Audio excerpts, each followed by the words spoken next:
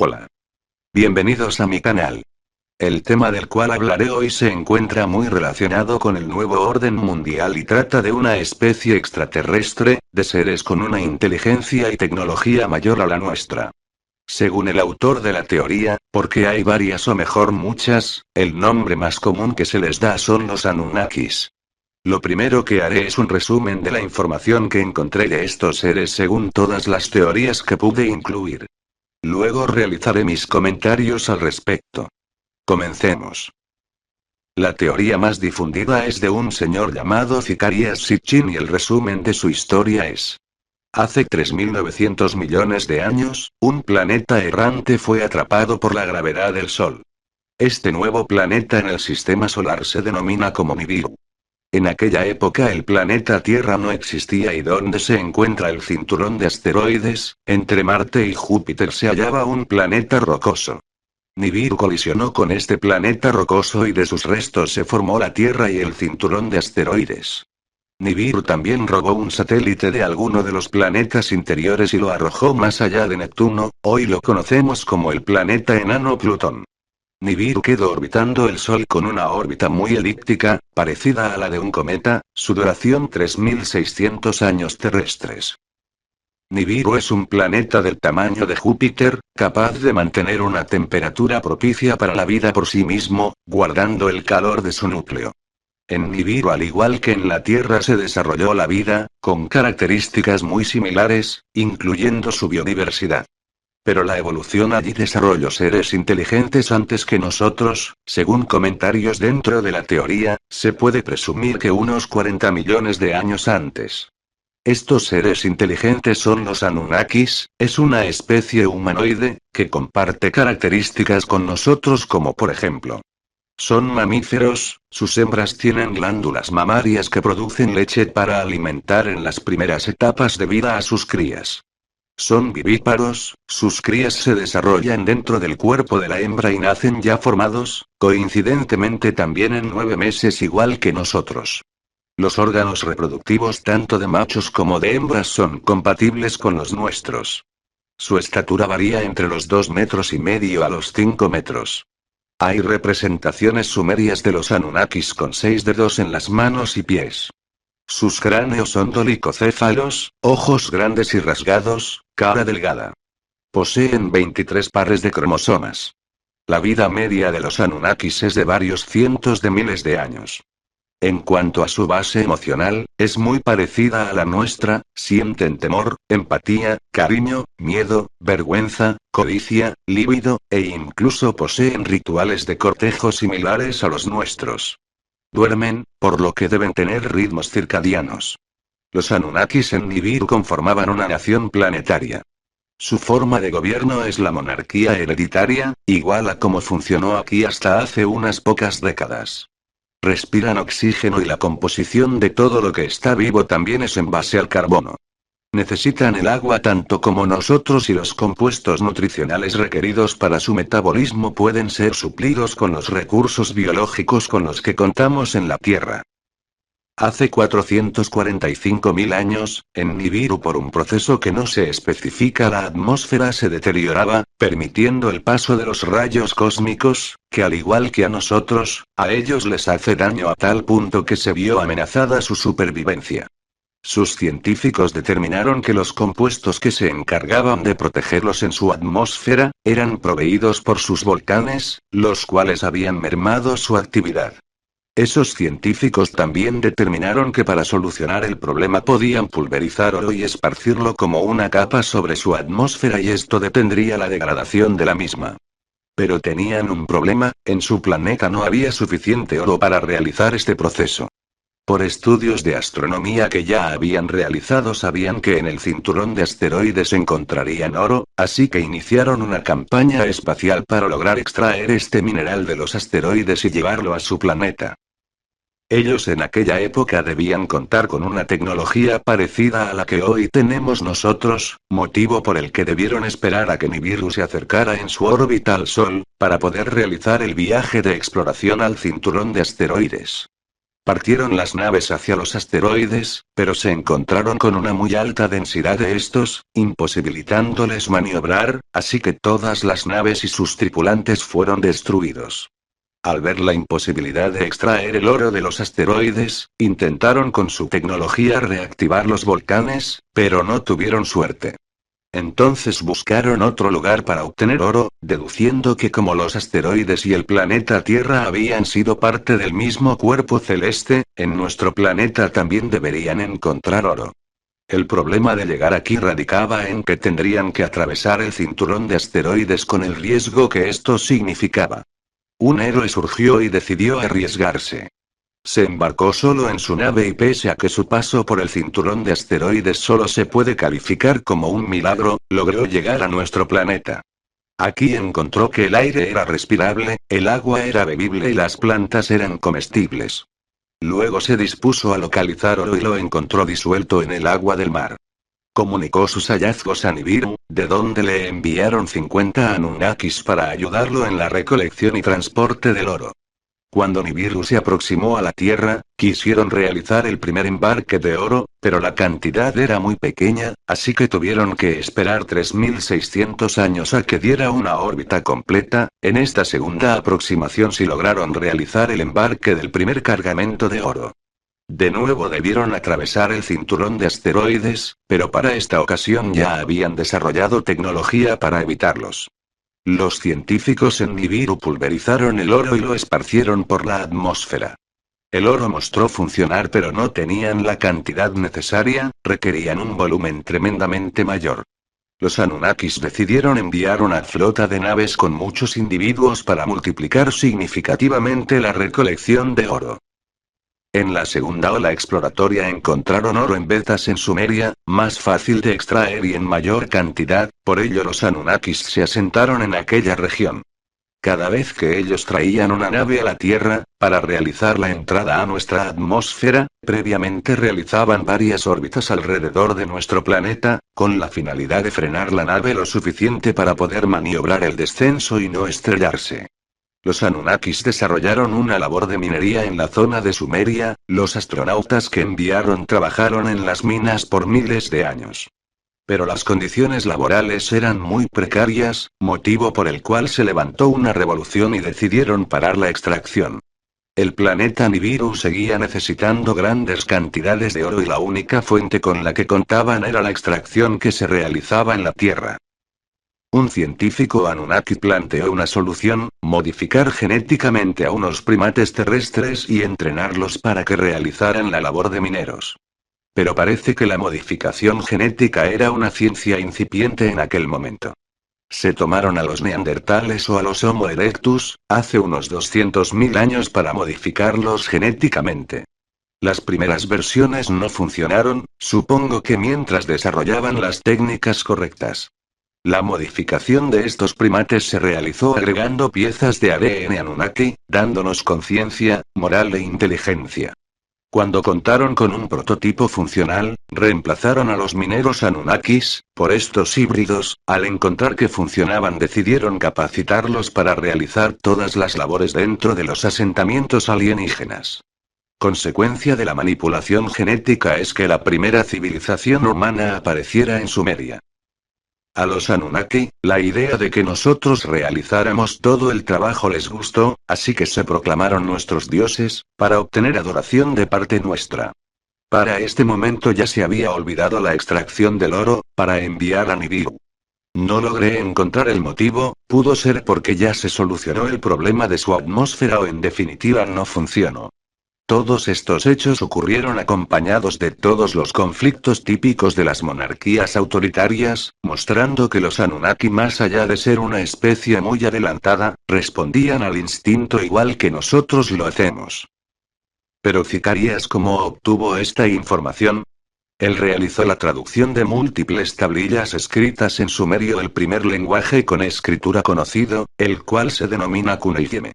En aquellas tablillas encontró la mayoría de esta información y la demás la dedujo del estudio de los mitos y leyendas de culturas que les sucedieron a los sumerios, como los acadios, los egipcios. Incluso en la Biblia encontró muchísimas menciones que complementaron su teoría. Los Anunnakis desarrollaron paralelos a nosotros unos híbridos con más ADN alienígena que nosotros. A estos individuos les dieron capacidades más parecidas a las de ellos, como su larga vida, siendo usados para gobernarnos.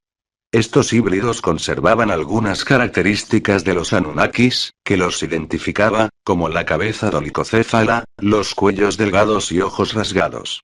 La mayoría de los grandes hombres de la Biblia fueron estos híbridos especiales, quienes tenían una característica muy particular, que solo se cruzaban con familiares cercanos para poder conservar estas cualidades Anunnaki adicionales. En la Biblia se menciona la creación del universo en 7 días. Esto no es más que la mención de la llegada de los primeros Anunnakis a la Tierra. Hace 13.000 años los Anunnakis empezaron a tener sexo con las hembras humanas. Esto se ve reflejado en la Biblia, donde dice que los hijos de Dios gustaron de las hijas del hombre.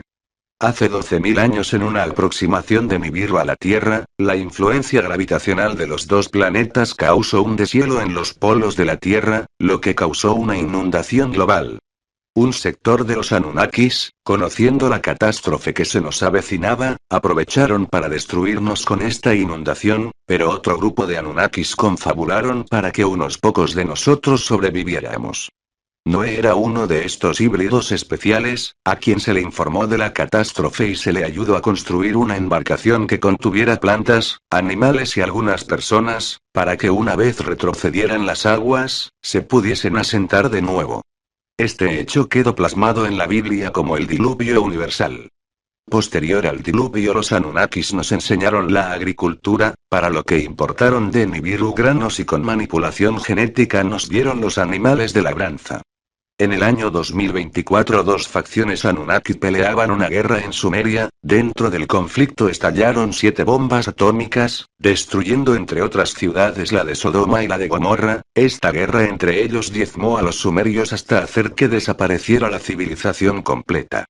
En Sumeria lograron desarrollar un portal que los transportaba hasta Nibiru. Con este transportaban a los híbridos especiales, supongo que para darles información privilegiada, y a su regreso, los ubicaban para gobernar pueblos.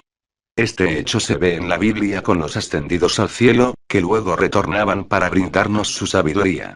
En el Génesis se mencionan a los dioses haciendo uso de plurales. Esto es porque los dioses Anunnakis eran muchos.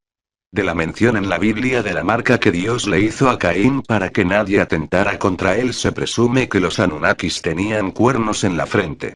En culturas como la egipcia y otras más recientes, tienen presencia dentro de su mitología dioses humanoides con cabeza de ave, cabeza de toro, cabeza de chacal y otros. Estos son el resultado de las primeras pruebas que los Anunnakis realizaron para desarrollar su ciencia genética.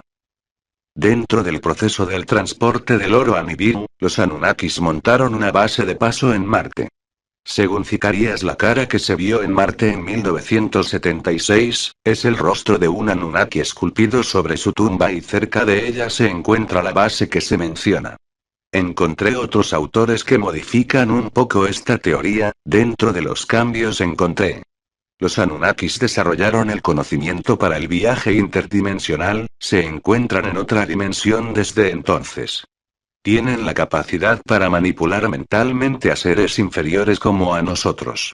Los Anunnakis son de tipo reptiliano, pero les prohibieron a los sumerios que los representaran con su forma real. Ellos son los que muchas culturas representaron como dioses reptiles bajados del cielo.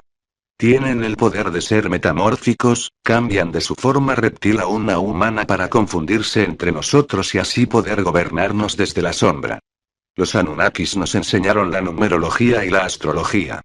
Ellos pueden consumir nuestras emociones como si de una droga psicoactiva se tratara, obteniendo los mejores efectos con emociones como el miedo y el dolor.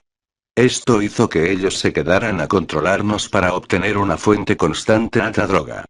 Ellos no lograban vivir esos periodos tan largos de vida de forma natural. Ellos consumían algo llamado oro monoatómico, el cual si nosotros lo consumimos también nos puede dar larga vida adhiriéndose a nuestro ADN, pero en exceso aumentaría demasiado nuestra percepción extrasensorial. También cumple una función de repeler el calor, por ello quien lo consumía se tornaba eventualmente ignífugo.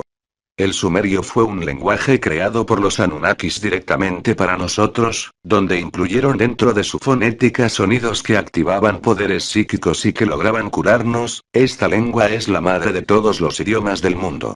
Otros lugares de donde provienen los Anunnakis son las Pléyades, en el cinturón de Orión y una estrella que llamamos Maya en la constelación de Tauro.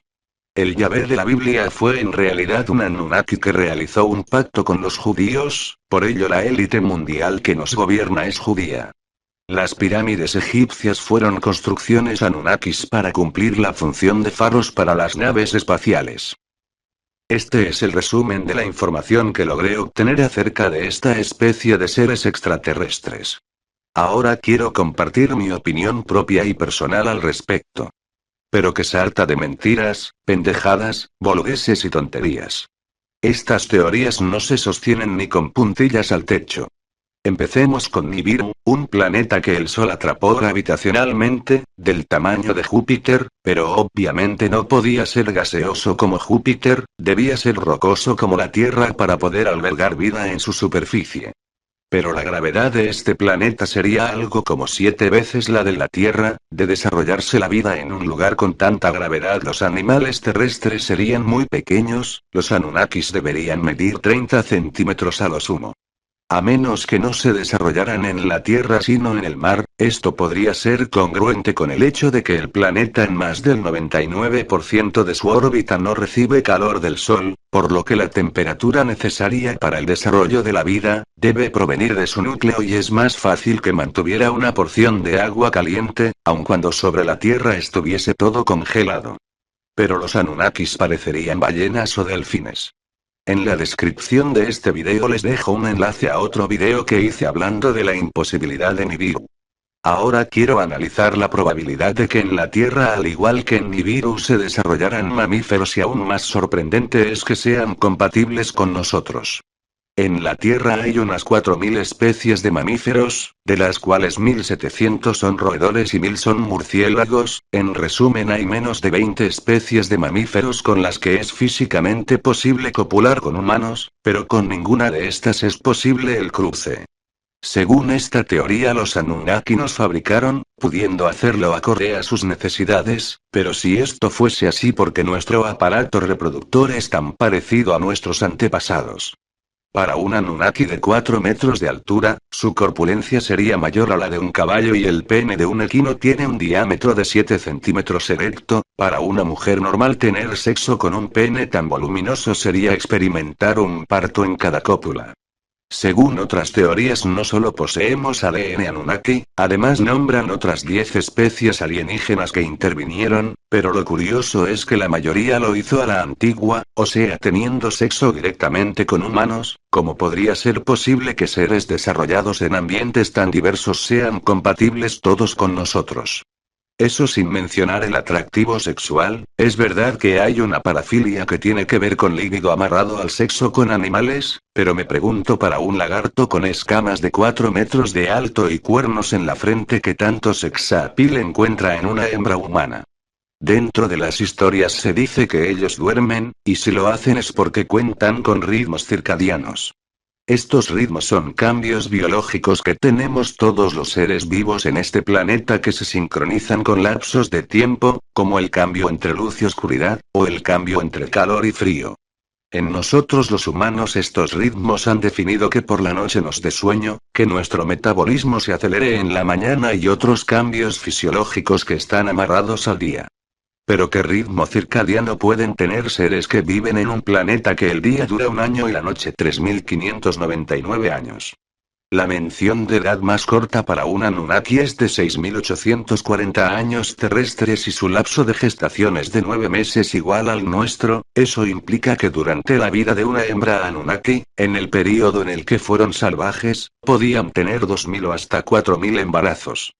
Hoy en la Tierra somos 7.500 millones de individuos y nuestro promedio de vida son los 70 años. Si nuestro promedio de vida fueran los 700 años, hoy seríamos unos 75.000 millones y aumentándolo a 6.840 años de vida promedio, seríamos unos 733.000 millones de individuos.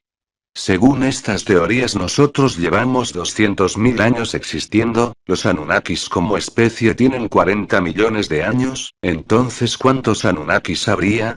De ser cierto esto, la explosión demográfica de ellos hubiese consumido todo en su planeta, sin la oportunidad de desarrollar su inteligencia ya que se hubiesen autoaniquilado mucho antes.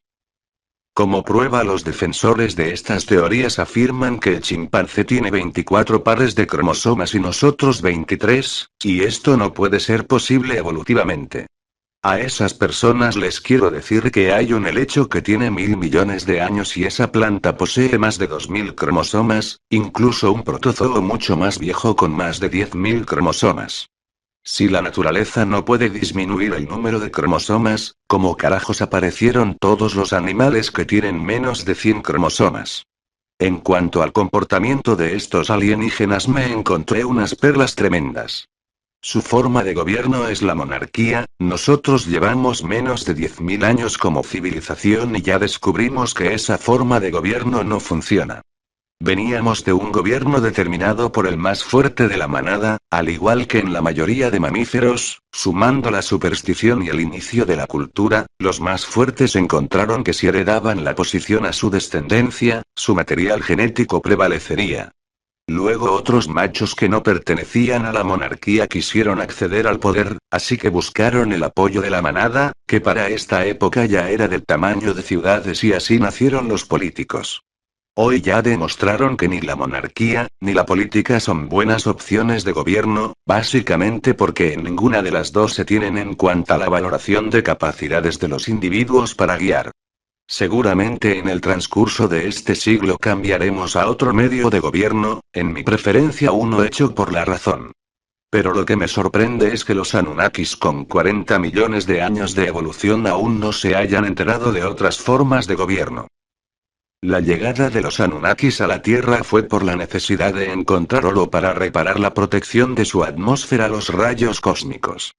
Nibiru en su órbita de 3.600 años, se alejaría tanto del Sol que saldría del área de influencia de la protección que éste brinda contra los rayos cósmicos, sin importar qué compuesto fuera, los rayos cósmicos provenientes desde el centro de nuestra galaxia y los provenientes de la desaparición de otras estrellas, despedazarían su atmósfera. Pero pese a que tenían el problema urgente en su atmósfera pudieron esperar más de 100.000 años a que les llegara oro suficiente para repararla. El siglo pasado aquí en la Tierra tuvimos un problema en la capa de ozono, capa responsable de protegernos de la radiación UV que nos llega del Sol y este problema se generó en menos de 50 años y de no haberse tomado medidas en 100 años hubiese desaparecido.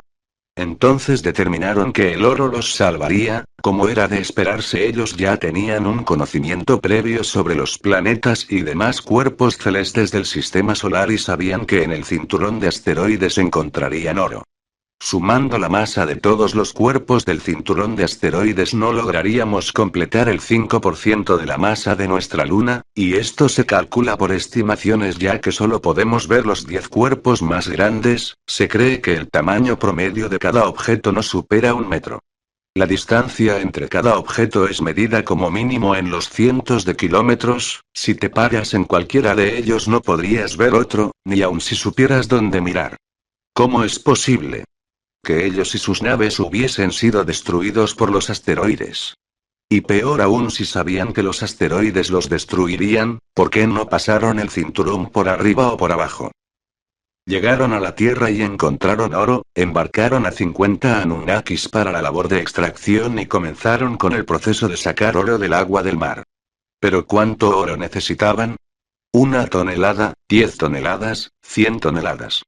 Si su requerimiento de oro fuese del orden de las miles de toneladas, no creo que solo hubiesen mandado a 50 pelagatos para que las obtuviesen, así que asumiremos que su primer pedido era del orden de las 100 toneladas.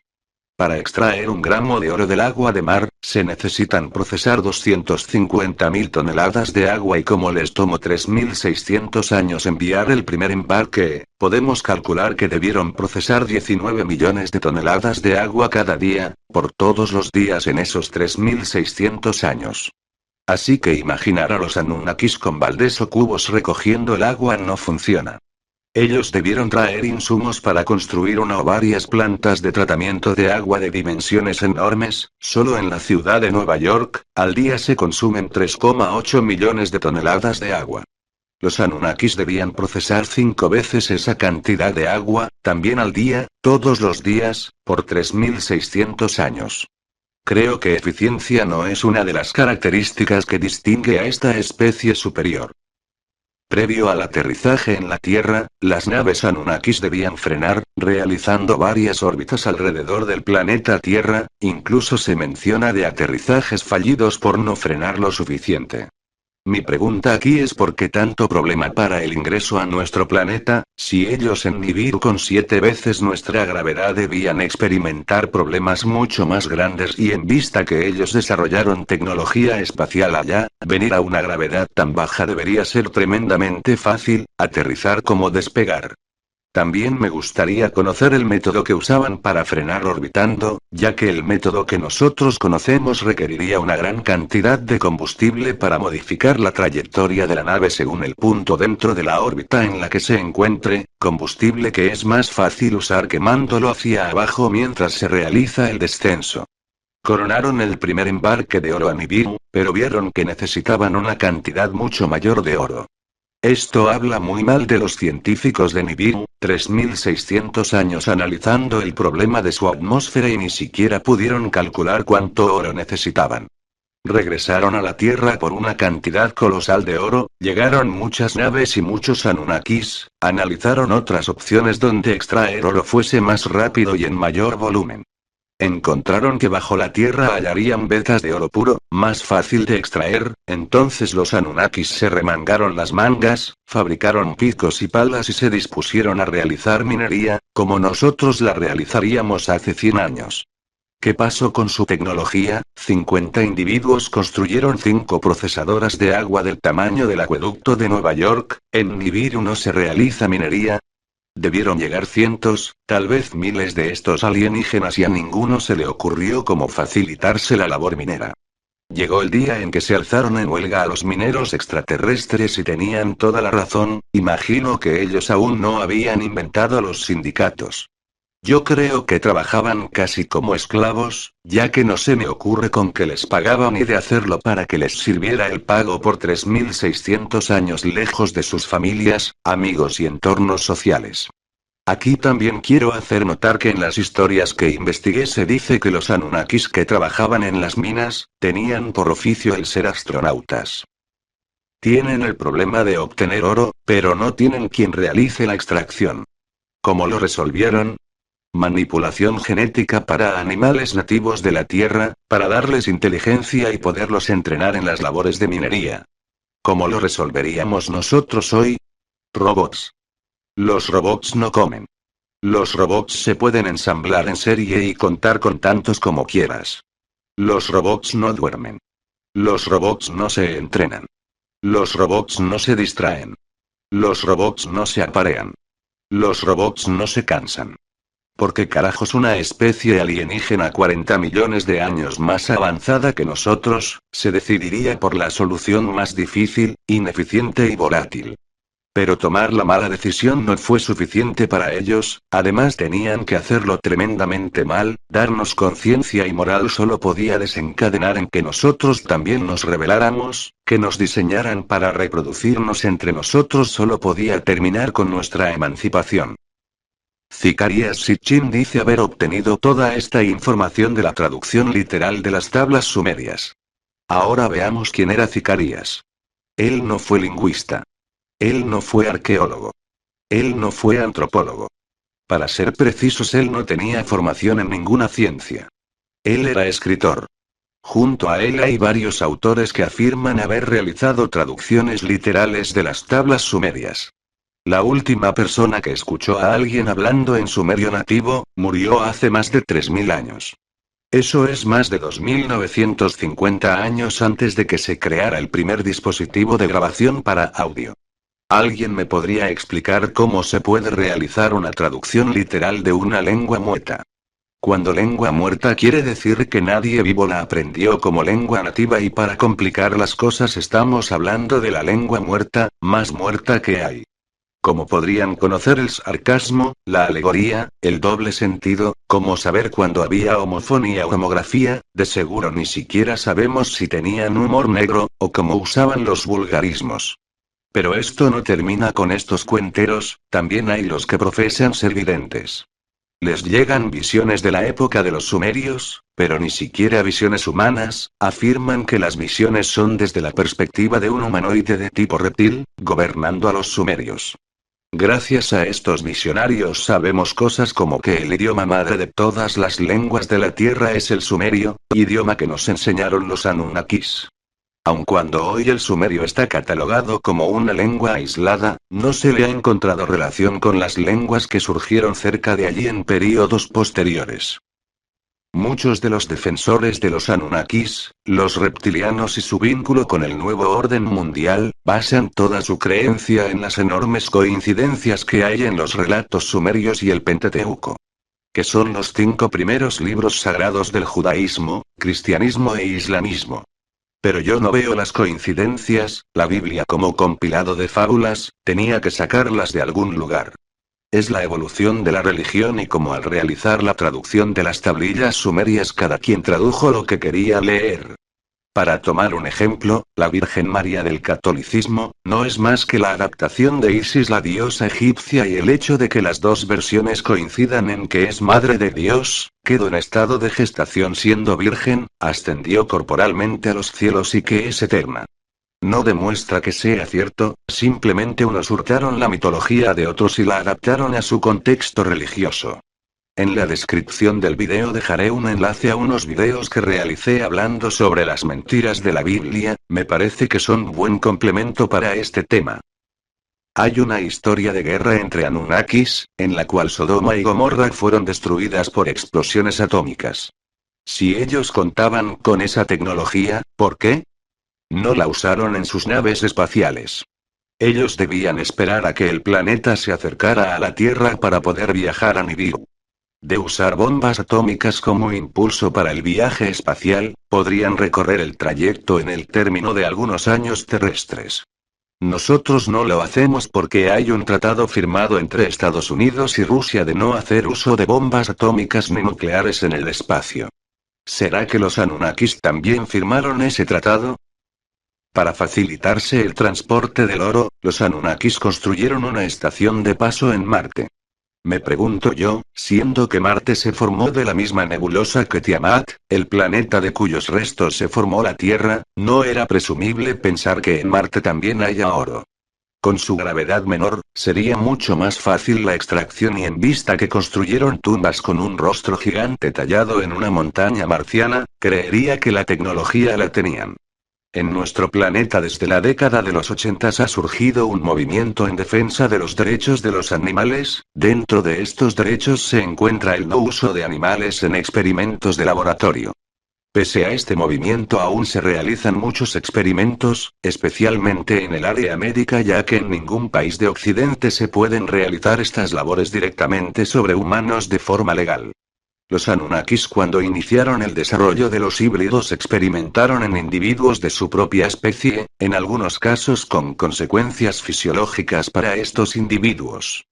También creo importante resaltar que estos individuos en los que se realizaron experimentos todos eran hembras, pese a que nos llevan 40 millones de años de evolución de ventaja, nosotros en el tema de machismo hemos logrado más avance que ellos, ya que su situación como la narran debe estar cerca a ser tratadas como mujeres judías o incluso peor, tal vez como mujeres islámicas. Y no es que esté hablando bien de nosotros, hasta el siglo pasado le permitimos a nuestras mujeres ser parte activa de nuestra sociedad, lo que quiero es resaltar la mentalidad tan retrógrada y arcaica de los Anunnakis. Otra muestra de esta mentalidad atrasadísima es la realización de sacrificios, sin importar que nos incluyeran como holocausto, como una civilización tan antigua que desarrolló la ciencia del viaje espacial aún cree en dioses y demás pendejadas de esas. El 99% de las personas involucradas con la tecnología de viajar por las estrellas saben claramente que la religión es el resultado de la evolución de la superstición. ¿Cómo podrían ser estos seres supersticiosos a tal nivel? Alrededor de esta pseudoteoría me encontré muchas arandelas, pero en su mayoría no encontré en qué pruebas se basaban para realizar tales afirmaciones. Un ejemplo es la de los felinos. Afirman que los felinos fueron traídos de Nibiru y que su diversidad en la Tierra es causa de manipulación genética. Para afirmar esto se basan en que los gatos tienen una visión muy especial, equiparable a la de los mismos Anunnakis, y que los egipcios los veneraban. Pero entonces los animales que comparten características con la visión felina también fueron traídos por los Anunnakis. Estas especies incluirían escualos, serpientes, lagartos, aves y debe haber otras, pero no recuerdo. También debemos incluir a las especies animales que algún pueblo antiguo veneró, porque entonces esa lista sería más larga que la cantidad de especies mamíferas en el planeta. Hablan de fonéticas similares entre lenguas antiguas de América y el sumerio. Ya expliqué qué pienso de la fonética sumeria. También se afirma que los Anunnakis trascendieron a otra dimensión o viven bajo tierra. Pruebas ninguna. Este tema ya se me hizo aburrido ya que no estoy aprendiendo nada. Pero antes de terminar con el video quiero incluir unas cuantas estupideces que me encontré en las historias alrededor de esta teoría pecueca. El semen Anunnaki es veneno si se ingiere. Llegar al punto en que evolutivamente se desarrolle un semen con esas condiciones podría darse remotamente como forma de garantizar la correcta inseminación, pero que en 40 millones de años los machos de esa especie no lo supieran y terminaran tragándolo, eso me genera muchas dudas al respecto del sistema educativo de Nibiru. Las pirámides de Egipto fueron construidas por los mismos Anunnakis con puntas muy reflectantes que servían como faros para las naves espaciales, y de su cúspide brotaba un haz de energía que las reabastecía. O sea, para que GPS, transmisión de señales de radio, radares y demás equipo tecnológico para ubicar el aeropuerto, si contamos con espejos. Me pregunto cómo usaban estos faros de noche. Esto es igual que guiar a un piloto en su aterrizaje encandilándole los ojos con un espejo. Ahora, para abastecer la nave, debían hacerlo volando, porque no fabricar una plataforma y mientras el piloto descansa y se relaja, la nave se recarga sola y en especial apagada. Seamos honestos, tanta tecnología y conocimiento, debieron dejar rastros inequívocos de su existencia.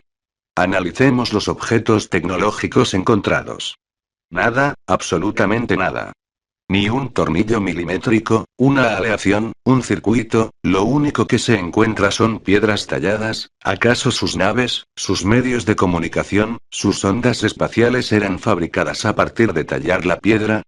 Bien, ahora pasemos a analizar el conocimiento que nos heredaron. La astrología y la numerología, dos pendejadas que no sirven para nada, solo más superchería, y que de la física, química, matemática, álgebra, geometría, cosmología, seremos tan brutos que no pudimos aprender nada de eso. Y si me lograste entender en lo que te he dicho aquí, no me creerás lo que diré a continuación. Los conspiranoicos construyeron sobre estas fábulas, la idea de que los Anunnakis nos quieren controlar a través del nuevo orden mundial, manipulando las mentes de nuestros gobernantes. Incluso varios de estos gobernantes son Anunnakis metamórficos que se dejan ver como humanos. La finalidad: obtener de nosotros vibraciones de temor, dolor y miedo, las cuales funcionan como una droga psicoactiva en ellos. La prueba más grande para esta afirmación es que en la invasión a Irak por parte del ejército estadounidense, el museo de Bagdad fue saqueado. Dentro de las piezas perdidas se encontraban tablas sumerias que nos revelarían la verdad. Tuvieron 4000 años para deshacerse de la evidencia, pero los Anunnakis esperaron hasta este siglo para hacerlo y no directamente. En la descripción del video dejo un enlace a un video donde expreso mi opinión del nuevo orden mundial. Ya para finalizar. Hay un tema del que no pude encontrar información, trata de las Conead Skulls encontradas en Perú. En África pueblos practicaron la deformación de cráneos y estos se tornaban dolicocéfalos, pero concuerdo con Parcerisa, los cráneos encontrados en Perú son muy grandes para ser el resultado de la misma deformación hecha en África. ¿De quién son los cráneos? No lo sé, eso lo dejo para que el que me lo quiera contar. No más Anunnakis por hoy. Gracias por ver el video hasta aquí. Regálame todos los comentarios que quieras y no olvides suscribirte para informarte cuando subo mi próximo video. Chao.